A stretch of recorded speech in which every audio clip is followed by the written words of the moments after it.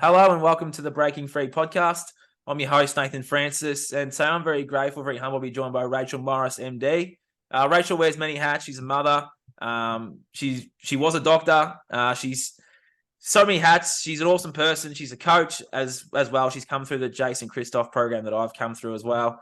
I heard her on Tanner's podcast about 2 or 3 months ago, and I was just blown away by some of the stuff she was saying about the whole COVID crap and her stance. And then she's had some awesome speaking opportunities come to her as well. And I'll let Rachel talk about the rest of it. But what really inspired me to get her on was that she was always one that didn't really speak much, but she has found her voice since then, and some speaking opportunities have come her way, and it's time to share Rachel's story and share her message. And I think it's very, very powerful. And I think knowledge is power. And I think what Rachel has to share is definitely powerful. So Rachel, welcome to my show today. Very happy to have you here. We've had an interesting chat off air. Awesome chat off air. So this on air chat will be better. So Rachel, welcome today, and let's rock and roll into your story because it's bloody powerful. Okay. Thank you. Thank you so much for having me. And I appreciate it very much. And like you said, it's for me speaking, I'm putting myself in situations where I am uncomfortable so that I can become more comfortable, because that's how you grow, right? Correct. And I think I didn't used to think that I guess what I had to say was important enough for people to listen to, but I think that that's not true. And I think everybody's voice is important. So I've come to that realization over the years, especially over the last probably, 6 or 7 years, through challenges I've had in my life. So yeah. I think what you're saying, I think it's what people they don't think they're worthy enough to speak. That people won't hear them, they won't see them, they won't acknowledge them, they won't respect them. It's a self-worth. Yes, absolutely. And I know a lot of that also comes from my childhood, growing up with a sister who was very outspoken and kind of overshadowed me. And so I had that, I sort of had a feeling that nobody wanted to hear what I had to say because there was someone who kind of stood out a little more than I did. I see that a lot in schools now, and I see that a lot in sibling relationships. I was that brother. I was with my brother. I was the one that was always speaking, and my brother was very shut off. But since we've awoken and we've done our stuff, I've sort of not shut up, but I've sort of like let him have his chance to speak instead of just me just jumping in and, Interesting how that dynamic plays out, because there's a lot of siblings out there that are like you, where they're being quietened because the other one's more outspoken. Yeah, it's an interesting dynamic, isn't it? Yes, very. Very. And parents are often too busy to kind of pay attention to it or kind of change it a little bit. But yeah. Anyway, we can talk about that for the next 3 hours if you really wanted to, but I kind of wanted to get you on to share your story. We sort of got off on a little tangent, but so your story, okay. So you were a doctor during the whole rubbish of the last 3 years, which most people listening to this will know it's rubbish, but you sort of awoke in that system, didn't you? Well, so I did. I kind of woke up. The door opened for me a little bit a few years prior to that, but it kind of exploded during the last few years. And so what I mean sort of before that was, I think that I was very occupied in my life through a divorce. So I had gone through all of my schooling, straight through school, high school, university degree, and undergraduate degree in microbiology and immunology, just as an aside, but then medical school, and then my residency in anesthesia. So that was 5 years. I went right through school, finished when I was 30. And so I was very hyper focused and, had blinders on, but I see now that the way schooling is set up is it's intentional to keep you so narrowly focused, so you don't pay attention to anything else, and you don't have time to. You're sleep deprived. You don't have time to do anything, even to look after yourself, basically. Although, as a side note, I did try very hard to look after what I thought I was doing for my health. Like even When I'd be on call in the hospital, there was a gym basically that was 24 hours. You just needed a key card to get in. So sometimes I'd go in at 1 a.m, 2 a.m, if it wasn't busy, to try to keep, at least physically fit. But anyways, yeah. So going through, I got married shortly after I finished my residency and had 2 kids, and then unfortunately went through a divorce, which was a really horrific experience, the one that I had. Not all divorces are obviously like this, but it was not pleasant. We did not get along, and we went through the legal system, which opened my eyes to the legal system in Canada, which, my mom was a lawyer and I didn't quite understand. Maybe I just didn't pay attention too much, but she was not happy. She only practiced for 7 years and went through different areas of law and then gave it up. But I began to understand, just what took place. And it was, in a sense, similar to what happened in medicine, because going through medical school and residency, there were a lot of things that took place that you saw that you just thought, I just got to get through this system and then I can do what I want afterwards and think what I want and practice how I want, even though the way we're taught in the system, it was controlling. And there were a lot of things that you just didn't talk about outside. You just didn't talk about to the general public. Those of us within the system would talk about it and how wrong things were, or how immoral or unethical, or the mistakes that happened. We all saw what happened. So everybody in medicine knows what takes place. It's just a matter of whether it's spoken about outside of the system. And so anyways, just kind of going back to the fact that I was sort of occupied through my divorce in the legal system, and that opened my eyes to thinking Canada was a quote unquote first world country. And so we had it so much better than, a lot of other countries. Same with Australia too. Right. Yeah, right? I think both of our countries are very much the same. Sorry to cut you Yes, off, but just that's saying okay. Australia's the same as Canada. Right. The Yeah. lucky country, Yeah. And yeah, exactly. People were so lucky to, my kids have grown up, and my dad keeps saying, so lucky to have grown up in Canada and for the grandkids to be here. And it's such a great country still, but that's he doesn't see what's going on at all.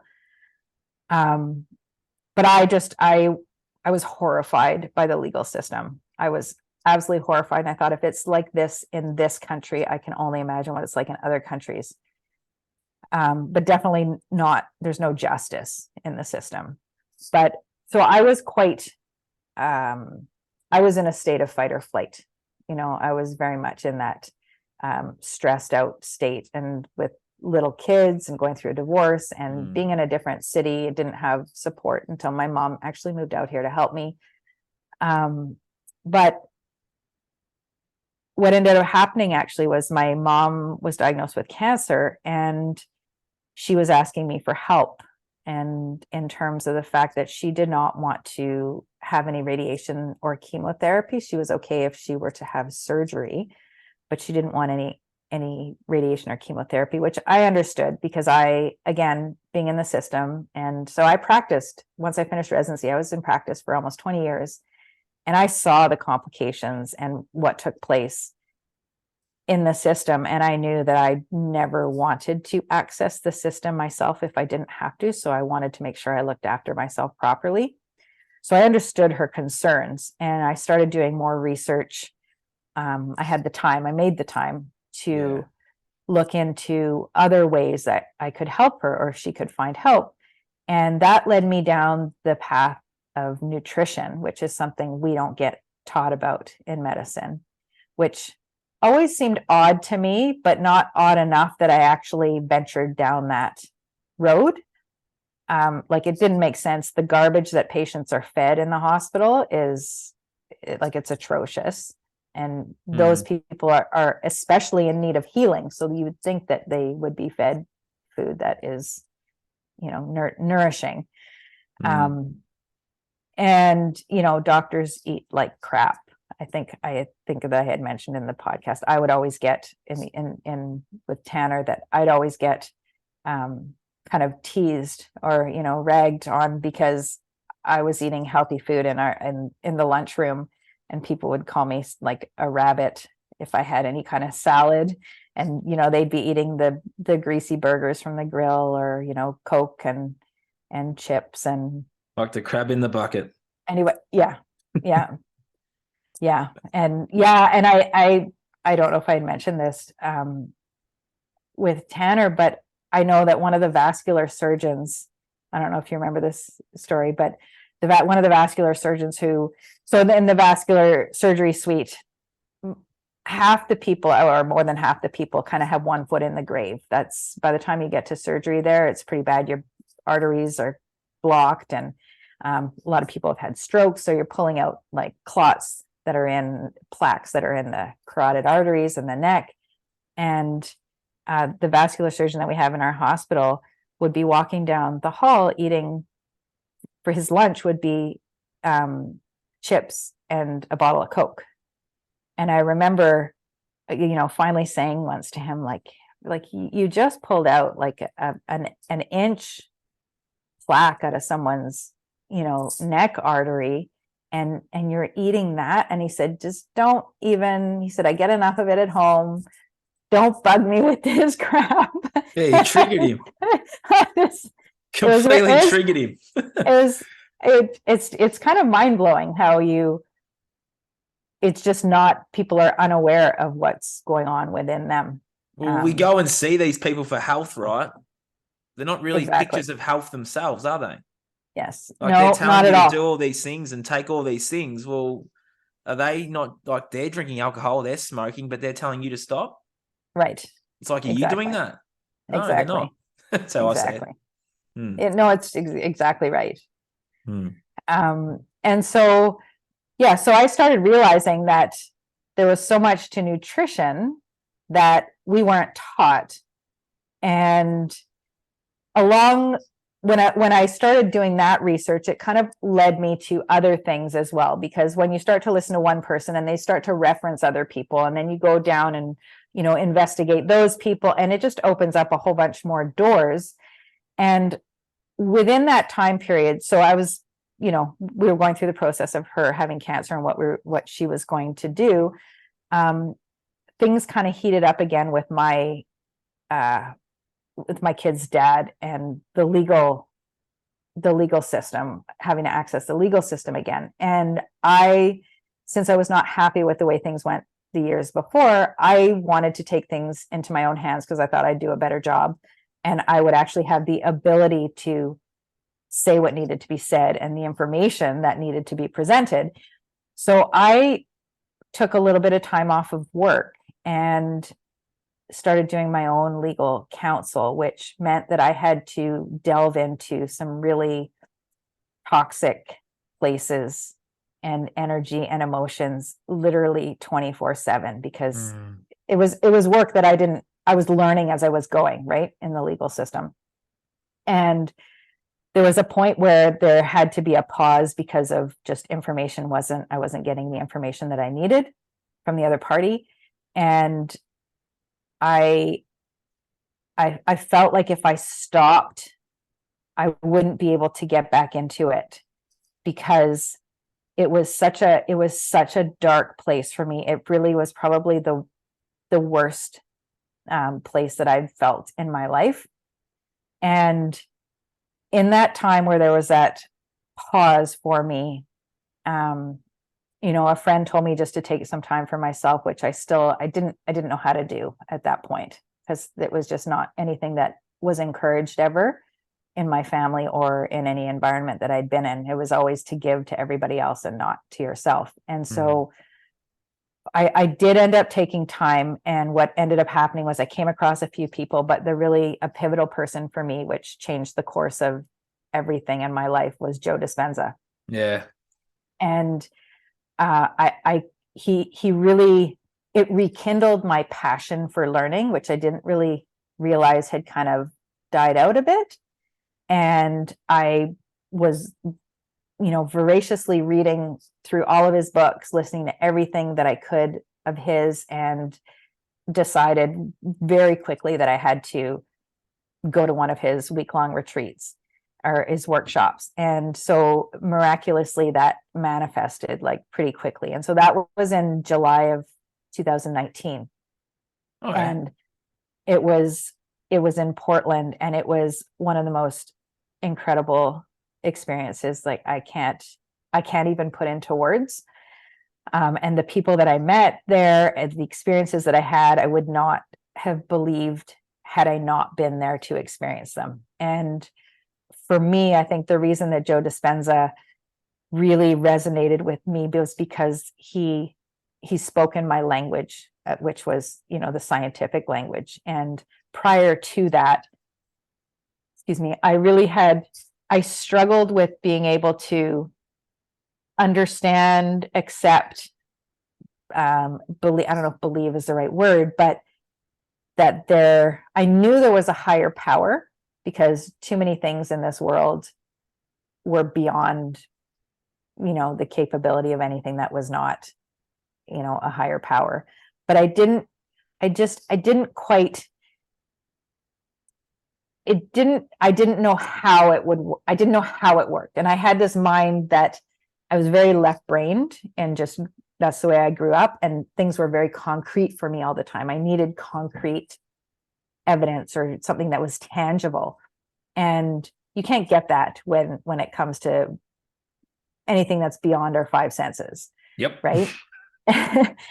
And he really he walked me through that scientific, concrete evidence without me knowing, suddenly arriving on the other end to this higher power that's pervasive, and that is just undoubtedly there. Like there's no question that it's there. So it was so illuminating for me and exciting that I actually, and again, I want to use the word believe. I believed, but believe implies there's a bit of doubt, right? Yeah. But I could feel it. Like I could feel it. It was a knowing, right? It's not a believing. It was a knowing. I've had that before. Yep. I know what you're saying. Yeah. Right. And so, with Joe Dispenza, that was July 2019. Yeah. Some of the connections that I made, I went through realizing that there was so much more to helping people. And it really started to make me question what I was doing in medicine. So that was really when I started to realize or feel like I wasn't actually helping people. And I went into medicine because I truly wanted to help people. And I had this sort of conflict within me that if there are people that I'm comfortable talking to, I will talk about it. And at work, I engage in conversation. I'm in the operating room, and patients are usually asleep. Sometimes you can do things awake. But most of the time I would be talking with colleagues, and a lot of times nurses. And I sort of felt like it was easier to talk to the nurses. They were much more open-minded. They were much more engaging and listened and asked questions. Whereas anytime I would bring anything up, say in conversation with one of my colleagues, a surgeon or surgical assist, it was like meeting a wall of resistance. And the focus was really on everything that was learned within our system, right? Even if it was new research, it was always how it was done within the system, that evidence-based practice that we talk about, or that is talked about. So, I would talk with nurse colleagues, and, ask them questions, but also, ask some questions sort of to get them engaged in, like, what are we doing in this system? It's really a sick care system. How are we really helping people? And just bringing that topic up to see where they were at. But again, so many people, and it's even more so now, are just so preoccupied with getting through the day and taking care of their families and trying to look after themselves how they think they know how to, and really not having any time outside of it, or just, looking forward to the next holiday, and really not taking the time to think about their lives and whether they're happy or satisfied, or feel like they're doing what they want to do, as opposed to what they've kind of been guided to do or pushed, or whatever it may be. And I really started to think about this, and it's funny because some people kind of said, oh, maybe you're having a midlife crisis. And when I think about that term, midlife crisis, especially now, I'm like, you know what? I don't, that's not how I would see it. And I don't know where that term came from. Program, but probably a movie. Yeah. I think it's actually more, it's finally when people finally slow down enough to reflect inward, like what we were talking about earlier, that people don't do. It's difficult, it's challenging, because a lot of things come unearthed, and it would be, it's hard, and it's not comfortable to change course, to change anything in your life, right? I mean, that's one thing, right, that Jason teaches, like, and emphasizes over and over and over again, right? What is familiar is how we seek, that's safe for us. And so anything that's unfamiliar is scary, and our subconscious just does not want to go there. It will do anything to keep you from going into the unfamiliar territory. So yeah, so I see it not as a midlife crisis, but really as finally kind of taking stock of how your life is, and Rebirth. Whether a rebirth. Exactly. That's a great way of putting it. So I started really questioning a lot of things in my life, and the relationships in my life, and with my mom also having had cancer, it's very easy to see that life is it's fragile. And I mean, I saw that on a daily basis in the operating room, and people would come in, a lot of trauma. We have the second largest trauma center in BC, is the hospital that I worked at. And so even I was going to tell a story, but a horrific story. I'm not going to go there. But a lot of times people would be on holiday or having some kind of fun event, and something would go wrong, and people would end up in the hospital, in the operating room, in the ICU, and it just like, it's a matter of seconds where things can go wrong, right? So I really saw that time is really, it's precious, right? And I didn't want to waste any more time doing something like feeling like it was Groundhog Day, and that I really didn't feel like I was helping people. And I think I mentioned this as well in other interviews, that so much of the surgeries that we were doing were basically taking out cancers. And that wasn't the way it was when I started. And so I finished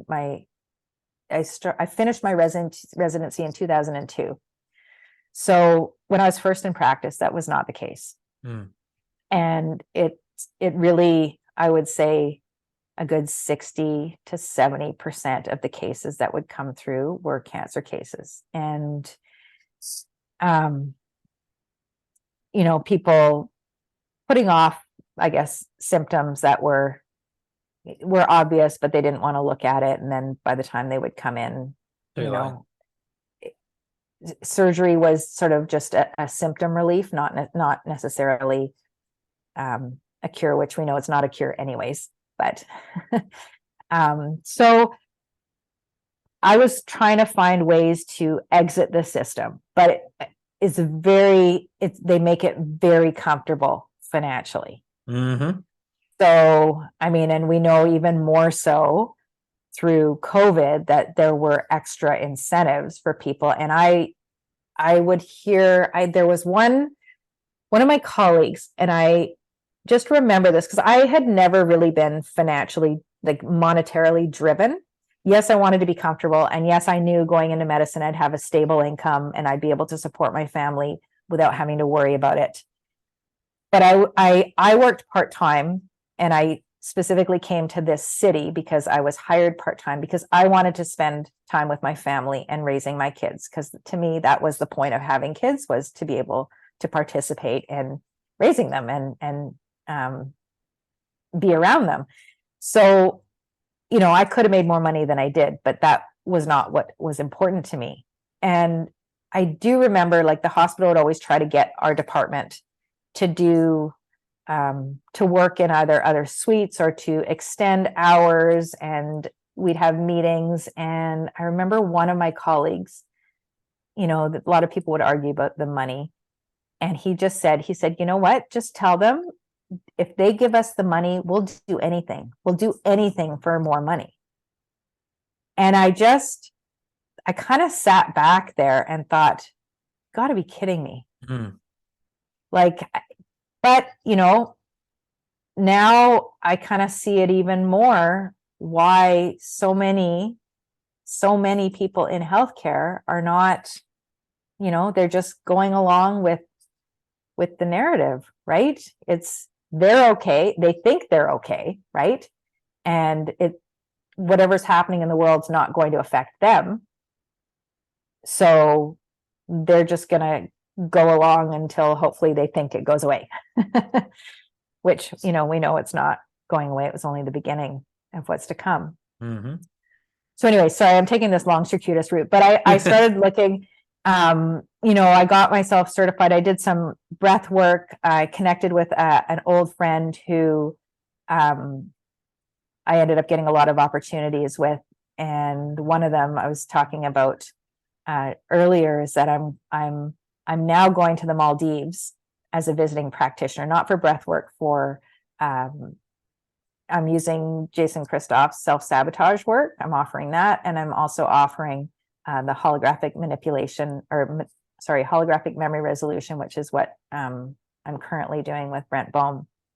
Love it. And yeah, and so like that opportunity, so many opportunities have come up since I've left the system. But again, like I was saying, it was just, they made it comfortable to stay in the system. So I was really having trouble exiting, even though I was kind of doing some courses. I did a medical intuition course, like a practitioner's course.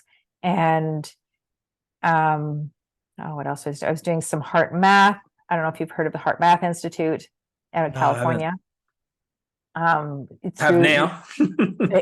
It's looking at the heart not from the medical standpoint, the way we look at it as an electromagnetic pump, but like all the intuitive parts and the magnetic field that it emits. And Interesting. It's really phenomenal. And there's research kind of done through that institute. But, again, I was learning. So my passion for learning kind of started, it was ignited again with Joe Dispenza. And I was kind of voraciously learning and thinking, well, I'm working part-time, so it's giving me the time to learn and I'm still getting the income. But then when COVID hit, I was still working, and I was afraid at the beginning because it was chaos in the hospitals, like just utter chaos. And things just didn't add up. No, they didn't add up because we weren't seeing what we were being told was happening. We weren't seeing that in the hospital at all.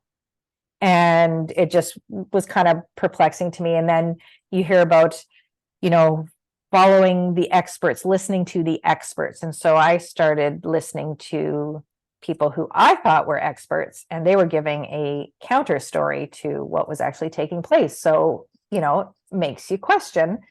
And then I was getting shot down in the operating room for asking questions, literally. And that didn't stop me, but there were a few people that I could talk to, but I didn't, it just felt, it was a very, very uncomfortable and unpleasant environment to work in. And then it was June of 2021 that they actually decided they were going to have our hospital go fully digital and get rid of paper charts, paper, everything. And it was, just everyone knew it was not good timing. Like the staff that were there was like, why on earth are they doing this right now? Everyone's exhausted after the year of the way things were going. And now I understand why that took place, for digital implementation, right? Yep. But the number of mistakes and mishaps that happened to patients that actually harmed patients was like, it was abominable. And everyone who was working saw what was happening. And the nurses in the recovery room they were in tears every single day because of what was happening. And we were continually submitting information to, administration who didn't want to do anything about it. But anyways, I'm not going to harp on that. So I finally got my, the universe's calling to get out of the system, because the mandates came through in October of 2021. And that was not something I was not willing to give up my health and my autonomy and what I felt was right, just to keep working in a system that I didn't even have a heart in anymore. I didn't quite know how bad the system was until, I have to say, until I took Jason's course. I didn't quite realize the depth and the breadth of what was taking place. Is everything okay? Yeah, we're all good. Keep going. Okay.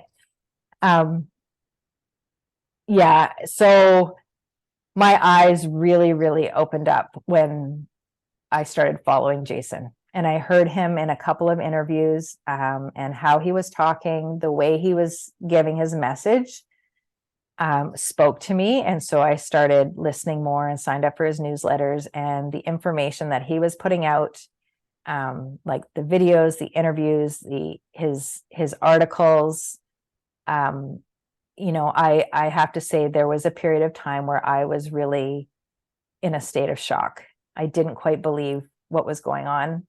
And it took me a while, it took a while for it to sink in.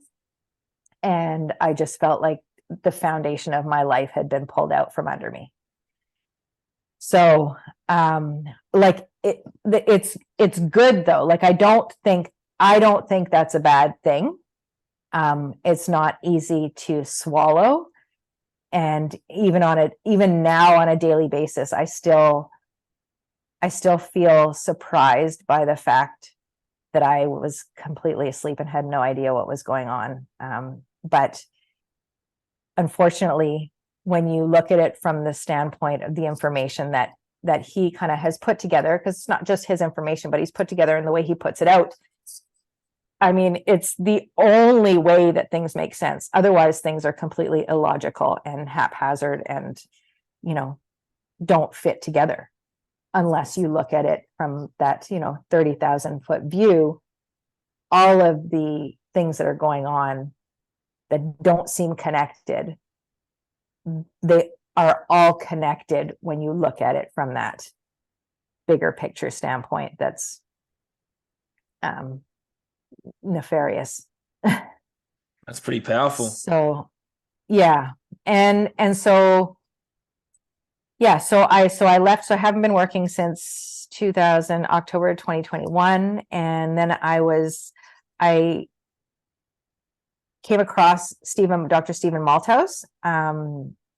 He's in BC, Canada as well. And he had put out an open letter to our provincial health officer questioning a bunch of things, which I found the letter in my mailbox at work before I left. And I was so thankful to hear someone else was questioning things, and ended up connecting with him, and through him connected with, other physicians who were, who saw what was taking place, and who, weren't afraid to ask the questions. And along those lines, kind of the timing, I'm kind of mixing things up, but the kids, it was when the kids were being pushed to get the shots that, for me, that was where I felt like I just couldn't keep my mouth shut anymore. And both Stephen and Charles Hoff actually asked if I would come and speak with them on this Doctors on Tour, where they were going from in person, from community to community, to speak with people, because it's people were getting reached online, like through Zooms and stuff, but it's different, and it's much more powerful for people to hear you speak in person, when you can ask the questions in person, and you really get sort of more of it's sort of, there's more humanity, and there's more energy and healing that can happen. And we had spent so much time in the 2 years before that being disconnected and not connected in person. So I think it was important. Everyone felt that it was important to physically be present with other people. So I went and told my story, and after the first night that I did, the local media, and then actually Global News, which is Canadian, kind of got a hold of my story, and then ended up smearing me in the news. I think they don't go Googling Rachel's name, everyone. Well, it's interesting. The headline was because I tried to bribe my kids. I tried to bribe them to not get the shot, because that was. Maybe you'd saying that in Tanner's one, yeah. I was desperate. I tried everything else. I tried everything, and then I thought, what else can I do? Like, I was asking for help from so many people, and this was it was a last ditch effort. But it's so crazy, because $5,000. Yes, that sounds like a lot of money. However, in the grand scheme of things, if one of my kids dies, what do I give a shit about $5,000? Exactly. Right. And, the irony of the fact that was the headline is, I think it was Saskatchewan was giving out $1 million lotteries to get the shots. And there were like Tesla lotteries, and never mind like the donuts and the marijuana and free beer. The beer. Yeah. I mean, so mayhem. It was it was, yeah. So I was a little bit rattled by that initially. And then I kind of thought back to it. Didn't sway me for too long. Like, I actually went and spoke the next day in another town, because I started to remember, because I've always believed that things happen for a reason. Things in your life happen for a reason. And the kind of the turmoil that took place with my divorce, my kid's dad has this habit of kind of posting his life on Facebook, literally everything about his life on Facebook. And so whenever there were issues between us, that got aired on Facebook. And I'm in a small enough town that people would know who he was talking about when he would say my ex-wife.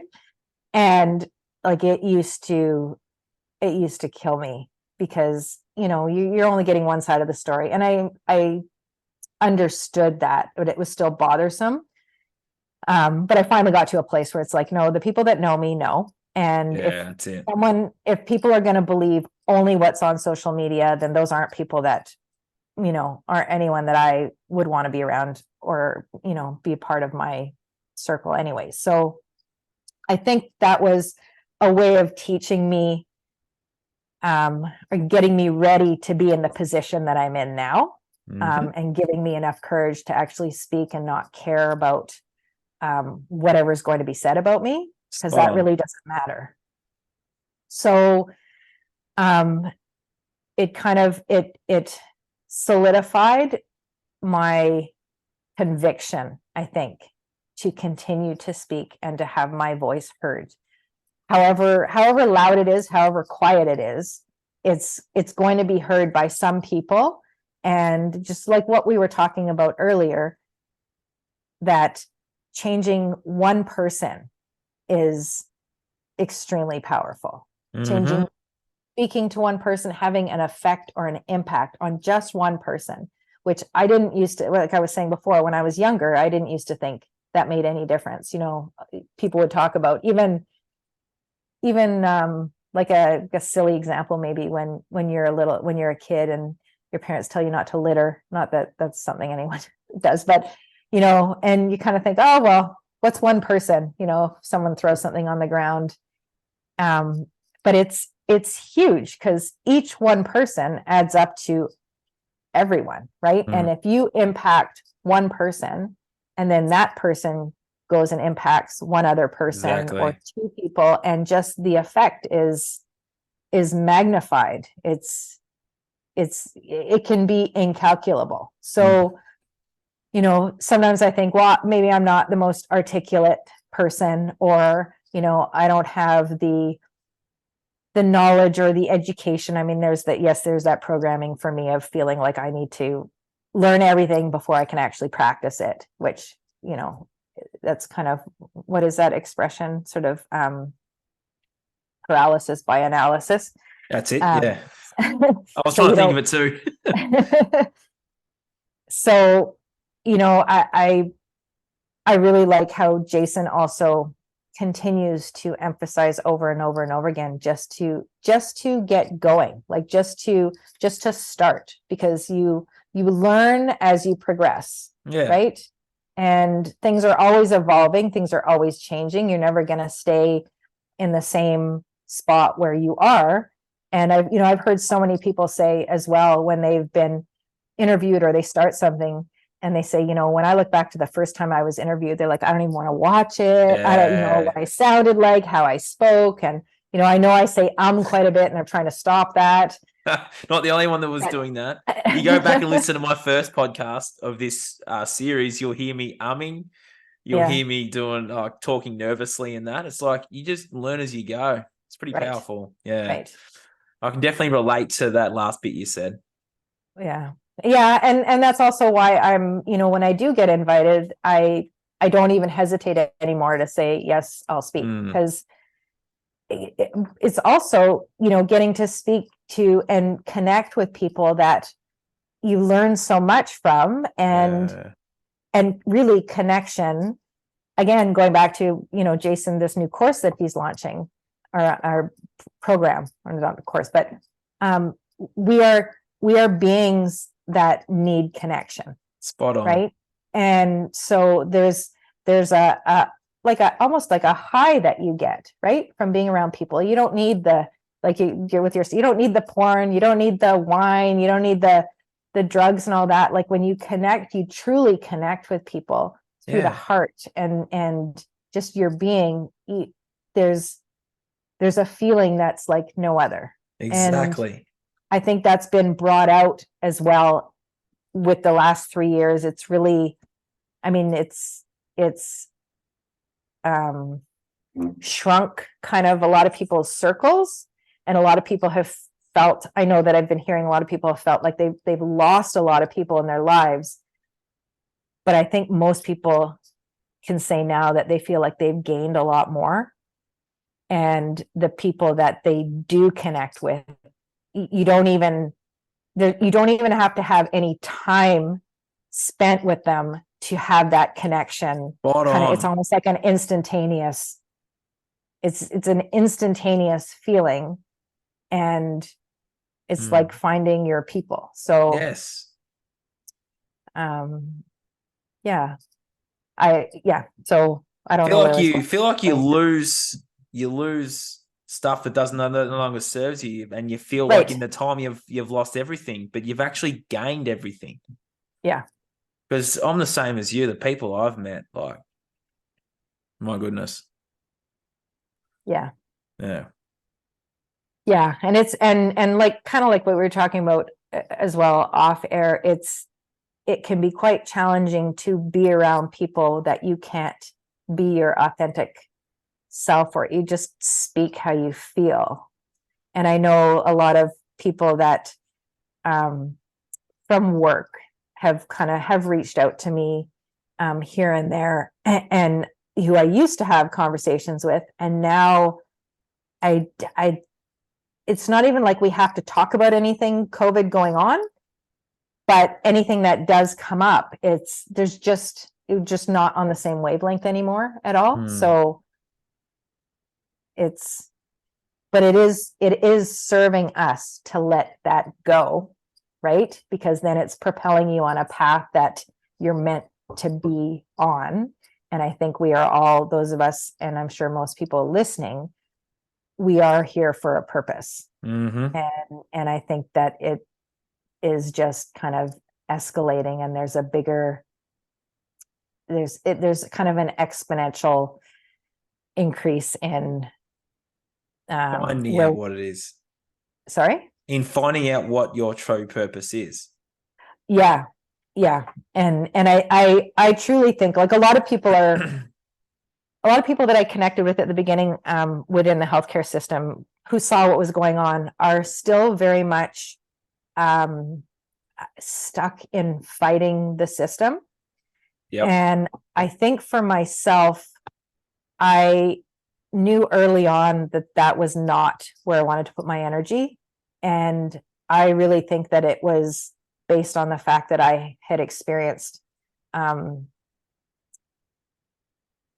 what took place when I went through my divorce and how that affected me. Like, I mean, I think I don't know if I had mentioned before, but I gave myself an ulcer. I lost a bunch of weight. You know, I thought I was having a heart attack, and I was in my mid-30s, right? So it was just such a horrible experience that I would never wish upon my worst enemy. And so I knew that I did not want to go back there. And I knew that I did not want to, I didn't want to fight for my job because I didn't want to go back to that. The more time I've been out of the system, the more I see how the system is, like the medical system I'm talking about. I mean, it's parallel with other systems, but because my experience was with the medical system, I know it more. But I see now that not only was I not helping, but that I was actually contributing to harm to people. That's a big thing to face. Yeah. Thank you for sharing that. Oh, you're welcome. There's not many people even in the system or outside of the system can sit there and say what you've just said. So you should be very proud of yourself for saying that. Thank you. That's amazing. Yeah, it's a huge kind of revelation. Yes. Yeah. I was going to say realization, but revelation is a better term to use. And yeah, I mean, I know I don't blame myself, because I know my intentions throughout, the entire time were good. And I think that I was talking with a friend of mine who's kind of on the same page as me, and she's also a physician who left the system. She was kind of out of it for a lot longer, in the sense that she went towards preventative and lifestyle medicine quite early on in her practice. But we're actually going to be creating something pretty big. She didn't want me to talk about it, but something. Mention it off air, because I told you what I was going to create. So I'm looking forward to this. We were just talking about the fact that there are very few healthcare workers, and in particular physicians, because I think there are a lot of other allied healthcare workers who see that it's not only futile to fight the system, but that's not where we should be going. But there are very few MDs who really see the harm that is continuing to be perpetuated in the system. So which makes it even more imperative for those that do see that to have an impact, to create something and have an impact. Do you feel like there's a lot of people that are like silent in terms of like, yeah, how many like people that are so silent about this though? There'd be thousands. Yeah. And are you talking about like healthcare workers or physicians or both? Yeah, because so I have to tell you this one story, just it blew me away. A friend of mine, a nurse, I didn't know, she only reached out to me about a year after she left. She got the first shot, and she got myocarditis, and she had some issues, some neurological issues, and then she actually couldn't function. Like she couldn't even make dinners for her family. So she reached out to me after about a year, and we were doing some work together because the work that I'm doing, that holographic memory resolution, and she was telling me she was concerned. She had to go back and access one of the specialists in the hospital for something, and she was concerned about the judgment that would take place because she wasn't working, because she only had one shot, and why didn't she get the other shot, and et cetera, et cetera. And she ended up telling me the story afterwards. She went in and she was trying to kind of make excuses to this other physician who said, "Oh, don't worry, I get it. Like I understand. My wife and I both had heart problems after the first shot also." And she kind of looked at him. She was shocked, and she said, well, "What do you mean? You're working now, so you must have gotten the second one because it was a 2-shot series." And he said, "Well, yeah, no, we had to because that's the only way we could work." Right. And so it's surprising. There are people that are seeing it. And another story, which really was dumbfounding to me, was someone, one of the hospitalists that was working here, who she's no longer working here, but she was telling me a story about, she was looking after a patient in the hospital who had come in after one of the shots and had some numbness and tingling around her abdomen and lower legs, and was told, "Don't worry about it, just go get the second shot, it's not going to be a problem." And of course she ended up coming back in, and she had what they called transverse myelitis. So it's almost like you cut the spinal cord. And so she was paralyzed, and she was a young woman in her 40s. And the neurologist came in to do the assessment and said, did all the investigations, so on, said, yes, it's a vaccine injury, like write it up and send it in as a vaccine injury. And so, of course, I mean, these are all a lot of them are getting rejected. And so it came back rejected. And so this hospitalist went to the neurologist again and said, like, they wouldn't accept it. And she said, they said it was something else, or to reinvestigate. And she said, no, it is absolutely 100%, due to the shots. Write it up again, send it in again, tell them I did this, and she sent it in again, came back rejected, went to the neurologist again, didn't hear back from her. Next thing she knew, she went in to check the patient's, or she saw in the patient's chart. She went to see the patient. She saw in the patient's chart, the neurologist had written that, had retracted what she had said. Oh my God. Yeah. And said that it was probably just some other, a peripheral neuropathy from some other issue. Shit. Yeah. And I knew this neurologist, right? And I was like, wow, like, how do you look yourself in the mirror? Like, how can you live with yourself doing that? Like, what's taking place, and anyways, those are a couple of stories. I don't want to kind of belabor that. There's so many of them though. Yeah. And yeah. That's a really awesome story though, Rachel. Thank you for sharing all that today. Oh, you're welcome. Yeah. I hope this reaches a lot of people, and people can understand that we're not crazy here. Yeah. I hope people can understand that we're not actually crazy. We're just normal people, you and I, that have just looked at this with a different set of eyes. Yeah. Yeah. And if I can tell a story on a kind of a more heart-centered Go for it. note. It's something that just happened to me recently in June, and it really it impacted my life in a huge way. And I've spent a lot of time in meditation, and I've spent a lot of time trying to focus on my heart, especially since learning in Joe Dispenza's workshops. There was a time where literally we're doing the meditation and we got to the heart center, and all of the feeling that I had, the energy that I had, just stopped. And I was like, oh my God, what's wrong with me? There's something wrong with me. Thankfully afterwards, he was talking about the fact that a lot of people, put so many layers of armor around their heart after they've been hurt so many times, that's what can happen. You just have to peel the layers back. But, I hadn't realized that before. And so, I've spent a lot of time focusing on my heart. And my son just graduated from high school. And so his graduation was coming up at the end of June.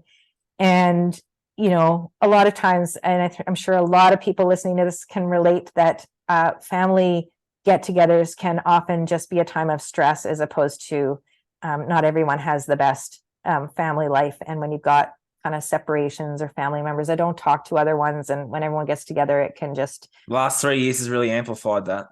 Yes. Yeah. Yep. And so for myself, I have, my parents divorced a long time ago, but my father remarried, and, my sister, there's a lot of dynamics. Everybody was coming up for my son's graduation, and including, then their dad was going to be there, and we weren't on the best of terms still. And his wife, who I do communicate well with, and we get along. But I just really wanted everything to be smooth for my son, just for him, like for the graduation, for the process. We have this thing called the Grand March, and you walk your kid down this kind of pathway thing, and they do a commencement. They walk across the stage, and there's a dry grad and photos and all this kind of stuff. So I spent a few weeks before all of that stuff was coming up in meditation, focusing on my heart, just thinking about anyone. For myself, I wanted to just be in that energy, but for anyone in my vicinity as well, to kind of help impact them in that way, and just change any kind of either anger or conflict, maybe kind of smooth it out. And I think we were talking earlier about a higher power, and there's a lot of people that use the term God, and I have not. I'm not one of those people. I do believe in a higher power, but I'm not. The higher power is our higher power. Yeah. Yes, it is. It exists right here. It's called the human heart. That's our power. Yes. But there's a lot of people who I guess I see God as attached to religion. That's just the way I see it. But I asked the morning of my son's commencement, where you walk across the stage, I just asked, what my purpose was, what I was supposed to be doing right now.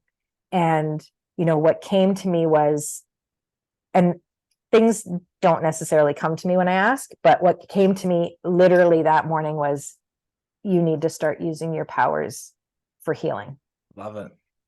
For healing yourself, but healing others. And that night, all of our family kind of were in the same area. And I went up to, my son's dad. He was with his wife, and normally anytime I was around, he would kind of just walk away and just not be around me, which was fine with me, but he didn't leave. And so I actually made eye contact with him, and I just said, hi, and how are you doing? And, he paused and put out his hand to shake my hand, which was a big deal because his wife kind of gave me a side glance.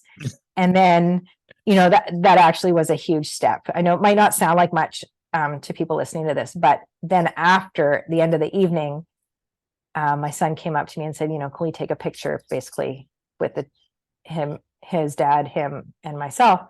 And, we took So we took a picture together, and then he gave my son a big hug, and he can get very emotional. And so I could tell he was wearing sunglasses and he was crying. And so, I just said, can I give you a hug? And so he actually allowed me to give him a hug, and he didn't let go. Wow. And it was, there's actually more to the story after that, but it was just that there was a change, and, that kind of stuff hadn't happened in about 5 years. There was a lot of anger towards me and in messages, a lot of, not so nice words, but so that was a big deal. And, my kids felt that, and I wanted that for them. Right. And I just am putting my focus and energy on a healing path forward, and not just for myself, but for as many people as I can reach around me. And so that's where my focus and my energy is going now. And I still want to be informed about things that are going on. That's not to say that, I'm not paying attention to anything else, but I really am putting a huge focus on Love it.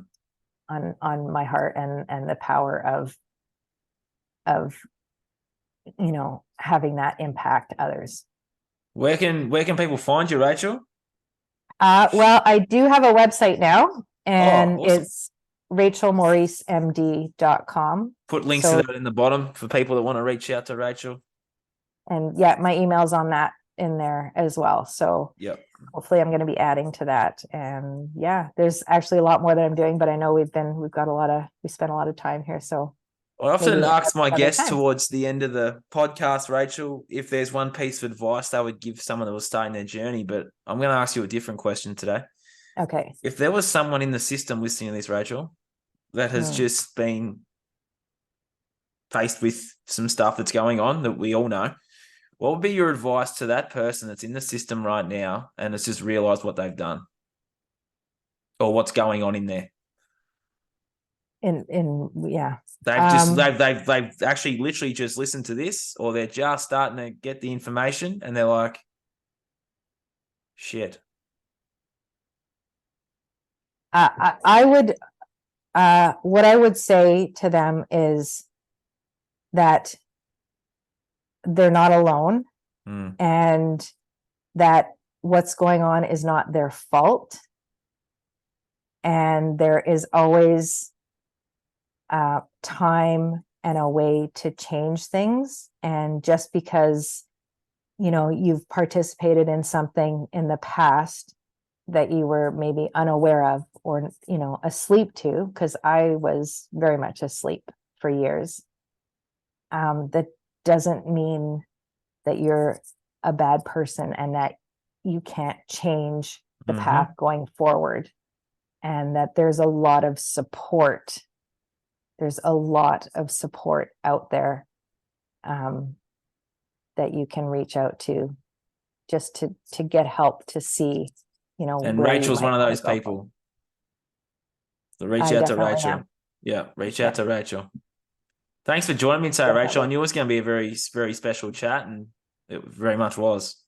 Thank you. Thanks for sharing all that you've. Thanks for sharing all that you've shared too. You went pretty deep there, so thank you for sharing all of that. Thank you for allowing me the platform to do that. No worries. So I'll have to have you on again. That would be great. I would love that.